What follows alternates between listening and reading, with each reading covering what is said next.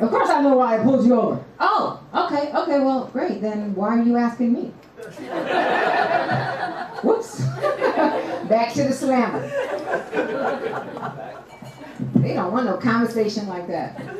Our next comedian coming to the stage, he has a motto. It's if you're always looking at an asshole if you in front of you. If you ain't, the view will never change unless the lead dog, you are the lead dog, or something like that. Maurice, everyone.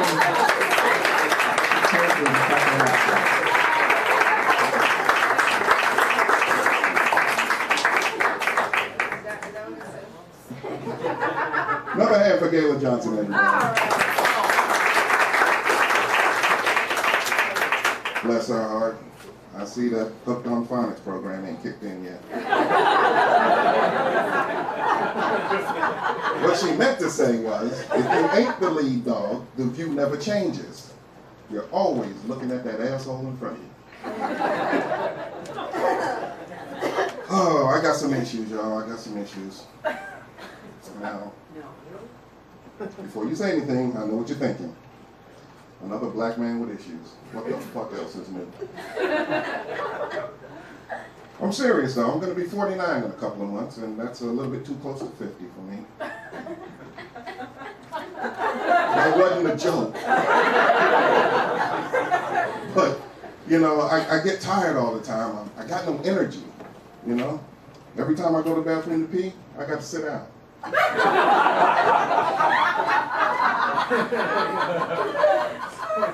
You know, every time I lean over to tie my shoes, I get lightheaded. I fall over. Fell over tonight tying these motherfuckers. That's why I'm wearing this hat. Got a fucking knot on my head. Back in the day, I used to look forward to going out to the clubs and partying all night, staying up all night, and going to work the next day.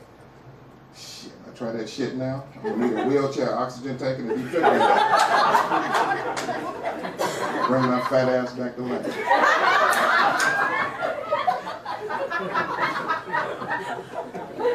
Don't I look like a well-dressed butterball turkey up in this motherfucker? Fucking Thanksgiving's coming early, man. I used to look forward to getting laid, you know? The sex thing, you know, now I look forward to taking a nap.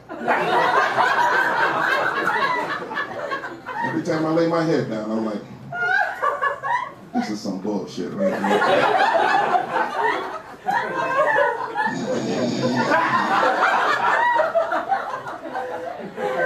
I used to live in Minnesota. Anybody here from Minnesota? Ah! Yeah, and in the wintertime, the big thing to do up there is ice fish. Yeah. So anyway, at work, a couple of guys invited me to go ice fishing one weekend. And let me explain something. Black folk don't do good in 20 below zero. So anyway, he proceeds to explain to me how this works. See, they take this pickup truck or this SUV, about 4,000-pound vehicle, and tow a shack onto the ice. When they get camp set up, they go inside the shack, drill a hole in the ice so they can put the fishing line down, right? I'm like, dude, I'm not freezing my nuts off if you out there.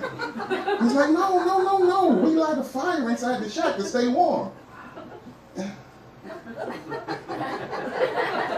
Now, I'm not related to Einstein, but the last time I checked, you put ice next to heat, you get water.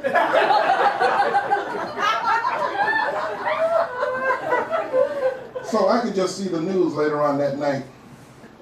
Fat black man falls through the ice. News at 11. I ain't trying to be no fucking statistic. Sorry. I got a question. You guys live here in Hollywood, LA, Southern California. What is the deal with these white celebrities adopting black kids? Is there a shortage of little white kids I don't know about? But here's the bigger question though. Why aren't black celebrities adopting little white kids? I got some theories on that. One of them is, when little white kids get wet, they smell.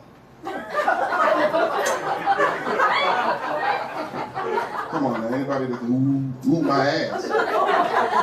You know, as soon as little Johnny comes out the pool, you go to hug him. It's like hugging your dog dipped in chlorine.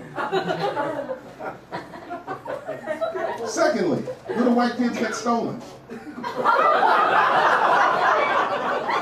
Lady down front like, oh, you know they'll snatch a little white kid in a minute. Now, a little black kid, that's a whole nother story. Can't you see a white guy in the car? Hey, little boy, have some candy. I don't know you, man. You ain't my daddy.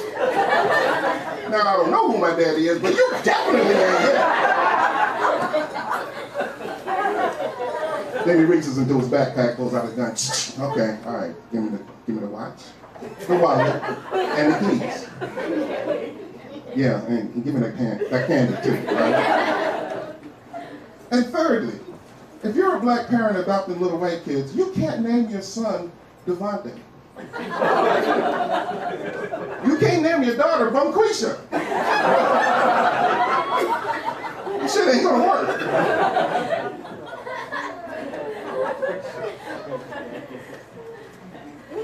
I was walking down Hollywood Boulevard last night, and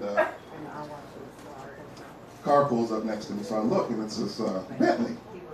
So I turn, and I look in the front windshield to see who it is, and I see a handicap tag hanging in the window. I'm like, doesn't that handicap tag kind of fuck up the whole reason you got the car in the first place? Oh, great. So, thank you. So the door opens up, and this little guy gets out. He's a pimp. But not just any pimp. He's a handicapped pimp. Pimp with a limp.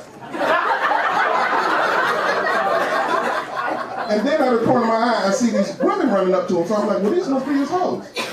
But they're not just any hoes. These hoes is handicapped. Hoes with no toes. You know, and they sit up there. So I'm standing there laughing my ass off. And I'm trying to figure out how the fuck did this guy get this expensive ass car with these handicapped women? Then it occurs to me, guess they got some good pussy. That was supposed to go over way better than that. That's my time, y'all. Thank you. My name is Maurice.